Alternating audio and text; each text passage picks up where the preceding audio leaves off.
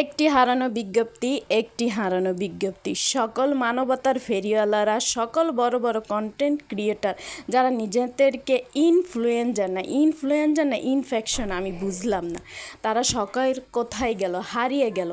যাদের Facebook verified তো বলেই দিছে যে আমাদেরকে আপনারা বন্যার সাহায্যে পাবেন, মানবতার ফেরিওয়ালাতে পাবেন, আপনারা অন্য কোনো সাহায্য আমাদেরকে ডাকবেন না, কখনো আমাদেরকে ডিস্টার্ব করবেন না। কারণ একজন বলে দিয়েছে কারো যদি টাকার সাহায্য লাগে, কোনো কিছু লাগে, আমি আসছি। আরেকজন বলে দিছে যদি বন্যায় কোনো সাহায্য লাগে আমি সাহায্য করতে পারবো। কারণ ওনারা সেলিব্রিটি হওয়ার জন্যই এইসব করে, এটা বুঝলেন? সেলিব্রিটিরা সেলিব্রিটি হওয়ার জন্য করে। আর আমরা যারা ছোট কন্টেন্ট ক্রিয়েটার আছি, আপনারা যারা আমাদেরকে পাত্তা দেন না, আমাদের কিন্তু এত ভয় নাই।